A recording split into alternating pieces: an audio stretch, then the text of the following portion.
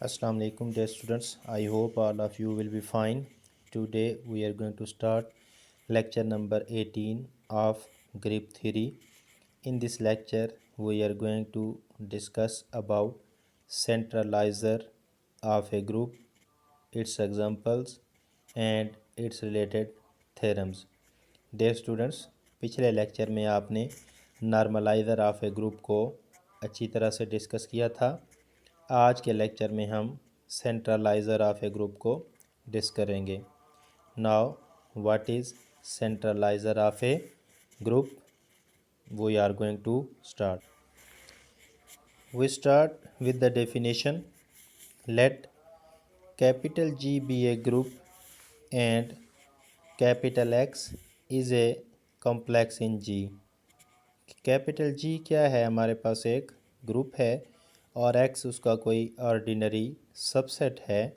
Then the set of all those elements of capital G के उन elements पर मुश्तमिल set which permute with every element of capital x. के now यहाँ पर क्या है, सिर्फ एक्स की बात नहीं हो रही है, with every element of capital x के साथ परम्यूट करना चाहिए, is called centraliser of a group G. अब डे स्टूडेंट्स हम यहाँ पर क्या करेंगे, हमारे पास क्या होगा, एक ग्रुप जी होगा, उसका कोई कॉम्प्लेक्स होगा, मीन्स उसका कोई आर्बिट्रेरी सबसेट होगा।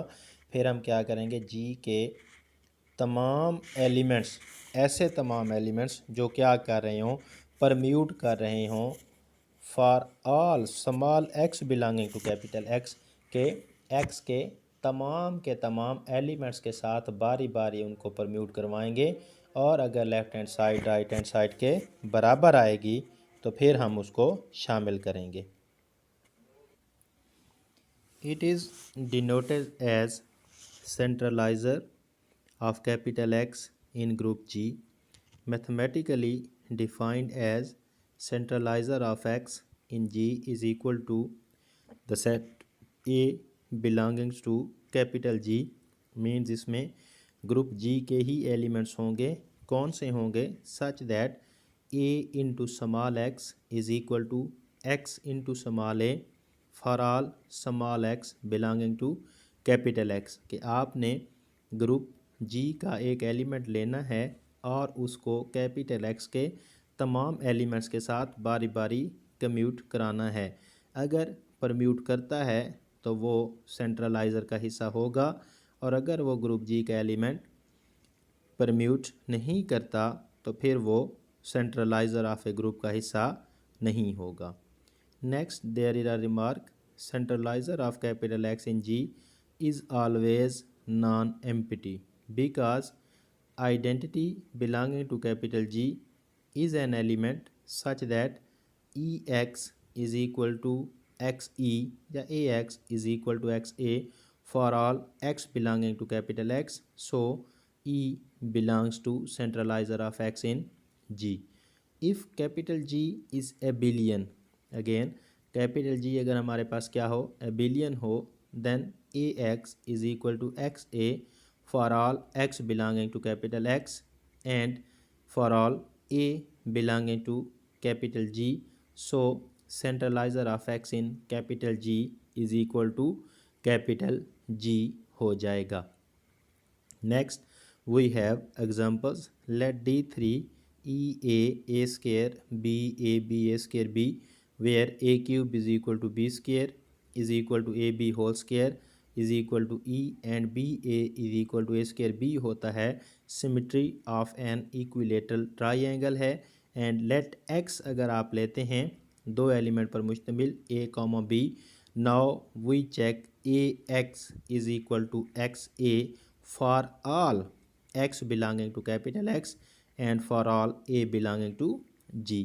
अब हम ए का एक कैपिटल जी जो हमारे पास D3 है उसका एक एलिमेंट पकड़ लेते हैं E belong to G, we have EA is equal to EA is equal to AE is equal to A हो जाएगा and EB is equal to BE is equal to B है। So E तो क्या करता है, X के तमाम element के साथ परम्यूट करता है, so E belongs to centralizer of x in D3. Now for a belonging to capital G we have a into a क्या आ जाएगा is equal to right side से अप्लाई करेंगे ए स्केयर आ जाएगा and A B is equal to A B and B A अगर आप करेंगे तो बी ए क्या होगा राइट साइड से अगर आप अप्लाई कराएंगे ए को तो B A is equal to A square B आएगा। तो ये क्या है एक एलिमेंट के लिए ए के लिए तो कर रहा है लेकिन बी के लिए नहीं कर रहा तो A does not belong to centraliser of X in D3 नहीं करेगा।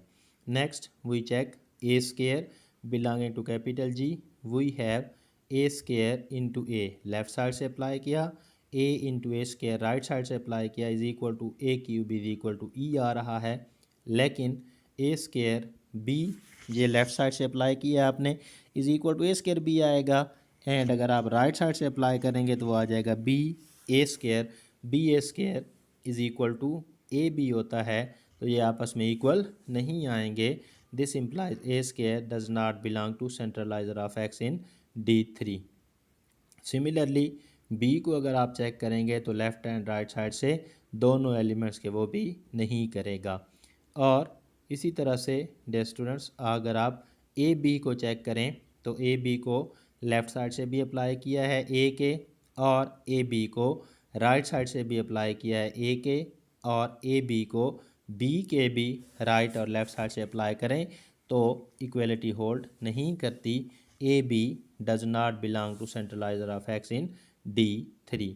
फॉर ए स्केयर बी भी हमारे पास जो है वो भी बिलोंग नहीं करता। सो हम क्या यहाँ से नतीजा अखज़ करेंगे सिर्फ सेंट्रलाइजर ऑफ एक्स इन D3 जो है वो आपके पास क्या है सिर्फ और सिर्फ आइडेंटिटी एलिमेंट ही है। Next there is example let V4 हमारे पास क्या है एबिलियन है। अब एबिलियन ग्रुप है तो इसके तमाम के तमाम एलिमेंट्स जो हैं कैपिटल एक्स जो भी आप लेंगे उनके तमाम एलिमेंट के साथ क्या करेगा परम्यूट करेगा। Here V4 is equal to A B here A square is equal to B square is equal to A B whole square is equal to E Klein 4 group of symmetry of rectangle is abelian but not cyclic। V4 means वेयर four Dutch language का word है। Let capital X हमारे पास A B है as V4 is abelian so it's all element satisfy the condition A X is equal to X A for all X belong to capital X and for all A belonging to V4 so centraliser of capital X in V4 is equal to V4 itself आ जाएगा। इसी तरह से सेंट्रलाइजर of X in D4 आपके पास non एबिलियन है तो उसका सेंट्रलाइजर identity आएगा। और centraliser of capital X in CN cyclic group है cyclic is abelian so CN का सेंट्रलाइजर CN इटसेल्फ आ जाएगा। Next there is a theorem centraliser of X in G of a group capital G is a subgroup of group G के सेंट्रलाइजर जो होता है वो capital group G का हमेशा हमेशा सब ग्रुप होता है। जी डे स्टूडेंट्स तो ये हमारे पास था सेंट्रलाइजर से रिलेटेड बेसिक्स चीज़ें थी जिनको हमने डिस्कस की है बड़ी डीप जाके। होप सो आपको समझ आ गई होगी। वीडियो को लाइक और सब्सक्राइब करना नहीं भूलना। अस्सलाम वालेकुम।